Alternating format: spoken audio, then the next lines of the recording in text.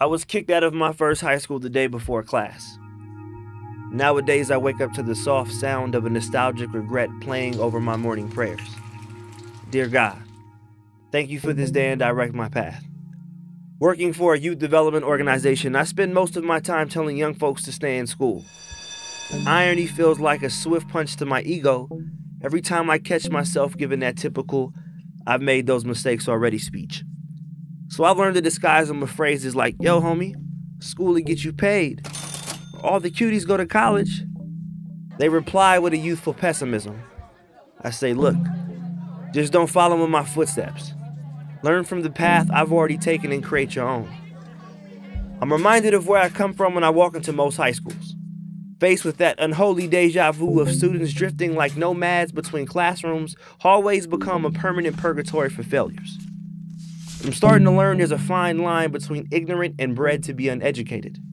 And some might call that line segregated.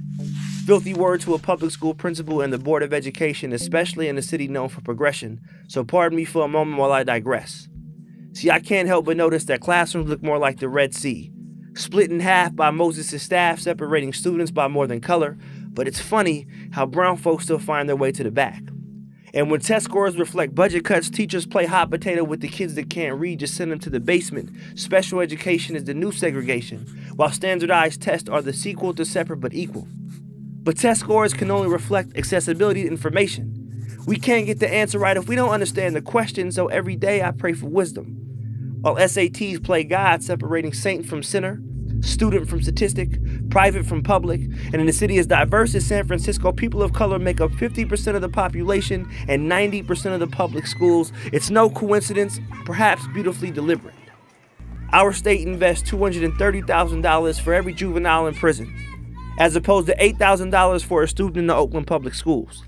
In other words, they invest more when we fail. So they won't send us to study hall, they'd rather send us to jail. Fire our teachers and replace them with correctional officers. Turn our public schools into play penitentiaries. Prepare a third of our entire generation to be incarcerated and tell you there is no such thing as segregation. But young man, believe me when I say you will always be Brown versus the Board of Education.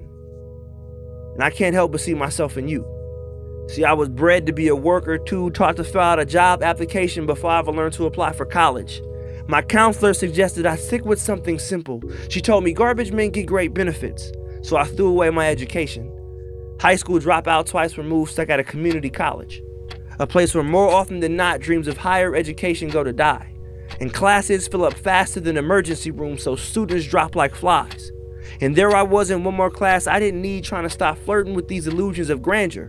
I'm thinking if junior college is hell, well, heaven must be something like Stanford. So every day I pray to be forgiven. Sometimes I feel like brown skin is the cardinal sin. And sometimes I feel like Moses wandering an ocean of death searching for my promised land. When my people pray to idols, replacing golden calves for golden bears. But I don't have the heart to tell them that Berkeley's only public to folks who had a private education. But I wonder if at this moment you can smell the hypocrisy on my breath when I say just do your best. That's all that counts. Knowing I've already graduated from a college that will probably reject you. Submitted my life story in 3 pages or less and let them call it my personal statement. Let them test me until I become standard in hopes that one day they can see me as some sort of equal. But I remind myself that I'm doing it for us, so that no institution, whether it's public school or prison, will ever validate who we are. So nowadays I go to sleep to the uneasy sound of an apprehensive retribution rising over my evening prayers. Dear God, let us never forget that we are all sacred and equal.